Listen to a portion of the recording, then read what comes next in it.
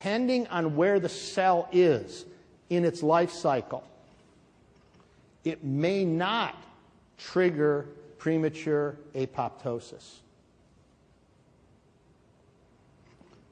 The message from the messenger RNA goes to the DNA and says, we're under siege. Close down those active transport channels. And instead of the mitochondria triggering apoptosis, the cell goes through normal mitosis, which is normal cell division. And when that happens, the genetic material that was changed by the messenger RNA goes to the daughter cells. So now you have daughter cells that think that they're under siege. And then those daughter cells duplicate with the bad genetic information. And as that process continues, you have something called electrosensitivity. So that electrosensitivity is an environmentally induced genetic change. And when a person is electrosensitive, they will react in an allergic manner to any exposure to an electromagnetic field.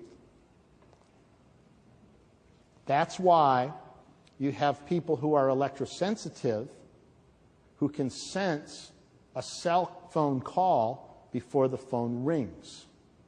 And that's why you have some people who are electrosensitive who can walk into a room and have such a splitting headache because there's Wi-Fi in the room that they can't stay there.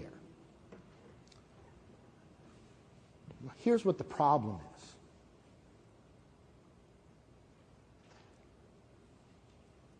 We run a registry in the Safe Wireless Initiative, and that registry is there to collect symptoms from people who believe they have been harmed by cell phones or other sources of electromagnetic radiation.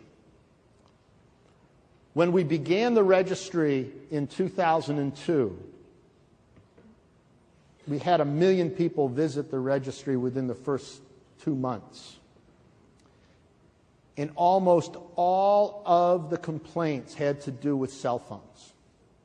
Almost all of them had to do with cell phones.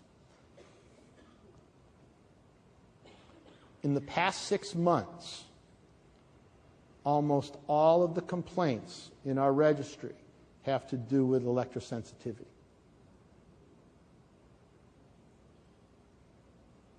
Now, in the old days, 5 years ago, we were mainly concerned about the area 6 or 7 inches around the cell phone antenna. We called that the near-field radiation plume.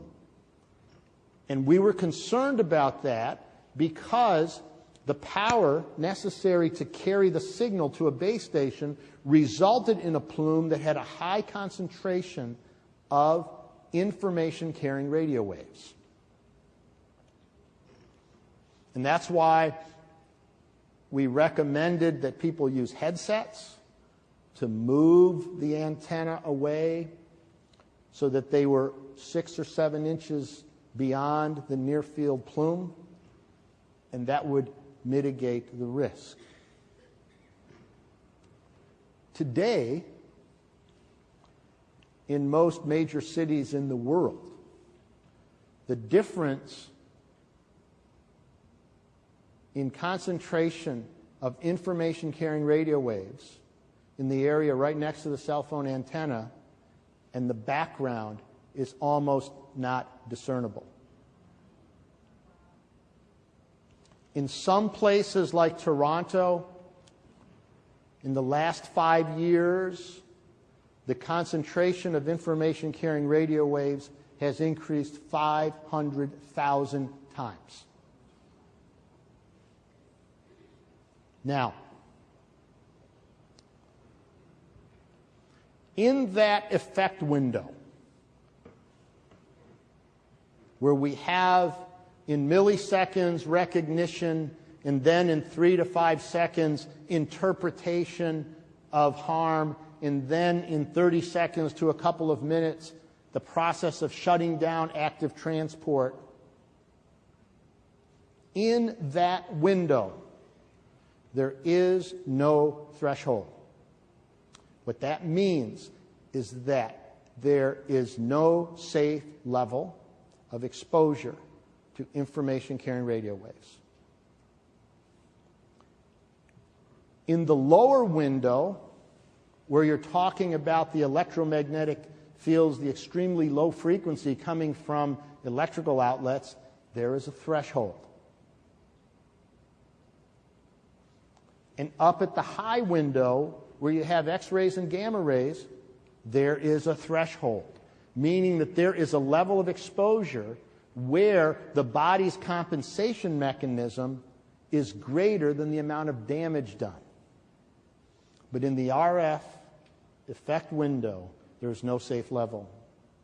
That means that if you have one cell exposed to an information-carrying radio wave, it goes through that process of recognition, interpretation, and going through the process of self-preservation and protection. There is no safe level. Now,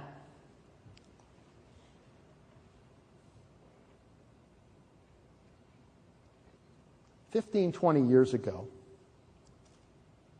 there were information-carrying radio waves. Remember in the old days when we used to have these TVs with those antennas on the top of the house? And then there was an antenna on the top of a mountain.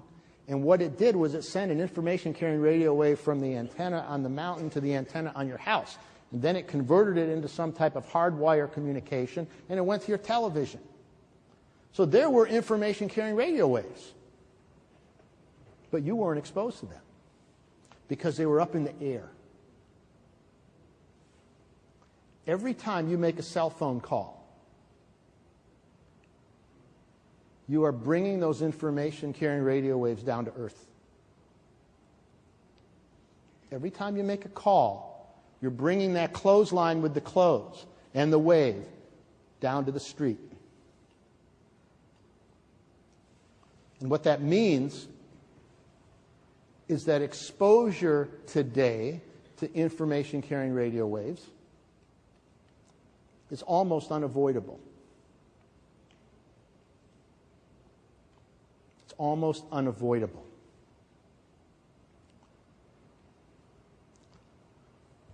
Now,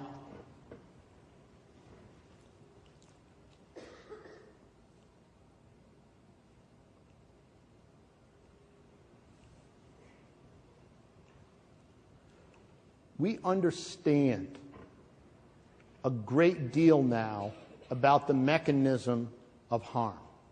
We understand that there are 3 windows.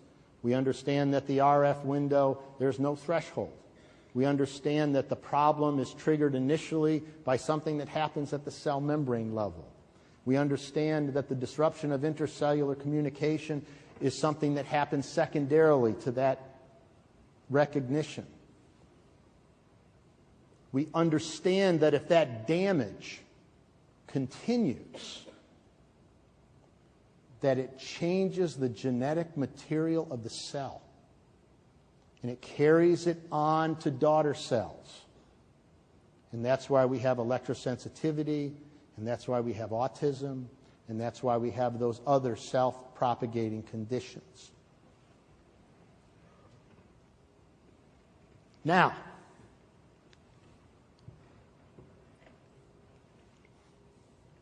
do you ever wonder what scientists think about when they go to bed?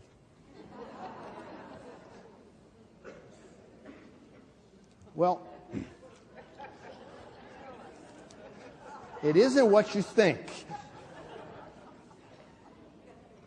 We go to bed wondering about what if we could stop that damage happening at the cell membrane level? And what if we could restore all of that intercellular communication? And if we can do that, then we can reverse